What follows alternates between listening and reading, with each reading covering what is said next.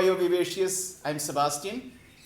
BioVivacious is a YouTube channel dedicated to clear fundamentals of biosciences and make the subject exciting.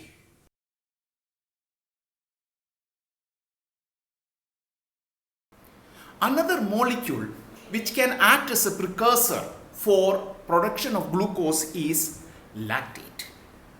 Let us see how lactate is formed. So in earlier sessions, you would have learned that in muscle,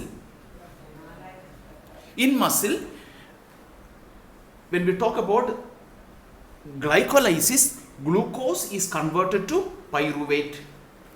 And you know that in this process, NAD plus is reduced to NADH. So therefore, every cell will have limited quantity of NAD plus. So therefore, this NAD plus, unless you replace this NAD plus, glycolysis cannot continue. So therefore, what happens is, so this is glycolysis.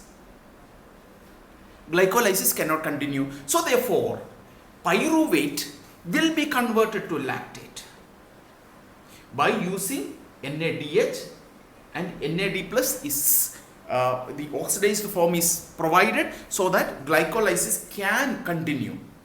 Now the lactate will get accumulated here in the muscle. All this is happening in the muscle. Okay.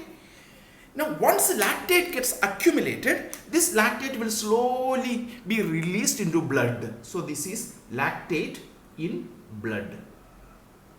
Lactate in blood. Through blood, this lactate will reach liver. Lactate. So therefore, this is liver. Lactate reaches the liver. Now once it is in liver, this lactate will be converted back to pyruvate. Now remember, the enzyme which will, this also the enzyme is LDH is the enzyme, we had learned it earlier. So the enzyme which will convert lactate into pyruvate is also LDH. It is a liver based LDH. So therefore you will see that it is an isoenzyme. One isoenzyme is present here in the muscle, that is muscle LDH. This is liver LDH. So you need to provide it's a lactate. So NAD plus, that will be converted to NADH plus H plus. Okay, pyruvate is formed. Now this pyruvate will be converted back into glucose through a pathway called gluconeogenesis. Gluconeogenesis. So therefore now glucose will be formed, and this glucose, all this will take place in liver. Okay, once the glucose is formed, this is transported back into blood. So this is blood glucose, and it will be transported to muscle. You see a reaction taking place in two different locations. So by having this in two different locations, a cell is achieving a lot of things. It is distributing the metabolic burden from muscle to liver. So in liver you have gluconeogenesis happening. Glycolysis, mostly it is used in muscle for energy purpose. So two things are achieved. Number one, metabolic burden is shifted. Number two, all the ATP molecules which is produced in muscle is used exclusively for muscle contraction. And those ATPs are not utilized for producing glucose. So therefore there is ATP which is produced, it is serving a particular purpose. So the 2 points that we need to remember: distribution of labor, and second, ATP, for what purpose it is produced, it is exclusively used for that purpose. Now this pathway was discovered by Carl Cori and Gerty Cori. So in honor of this discovery for this wonderful pathway, this pathway is called the Cori cycle. Cori cycle.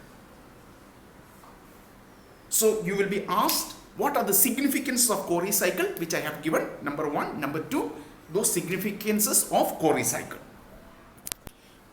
One important thing that we need to understand about Cori cycle is the concentration of NAD plus to NADH. In liver, the NAD plus to NADH concentration, this is very high. So it is very high in liver, that is roughly about 700. So therefore, liver is producing, or liver can produce lot more glucose than it requires. So that is one of the reason, or one of the ways by which liver will ensure that glucose is transported back into blood and then it is circulated. So by the same token, so here in muscle, the NAD plus to NADH concentration will be very low. So this is how we write. So it will be very low in muscle. So therefore it promotes utilization, so that ATP can be utilized and it will promote glycolysis. This is something that we need to remember about the Cori cycle. And remember that the ATP utilized by the liver for this process is regenerated by using oxidative phosphorylation. Remember, so this NADH can enter into oxidative phosphorylation and it will produce a lot of ATP molecules. Now this transferring of lactate from muscle to liver after an exercise, that will take roughly, transferring and then synthesizing glucose, it will take roughly about 30 minutes. And this depends on the size of the organism. Larger organisms might need more time to recover. So you look at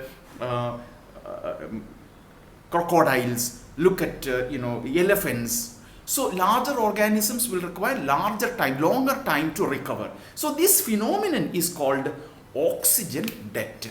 So remember all these points as part of gluconeogenesis.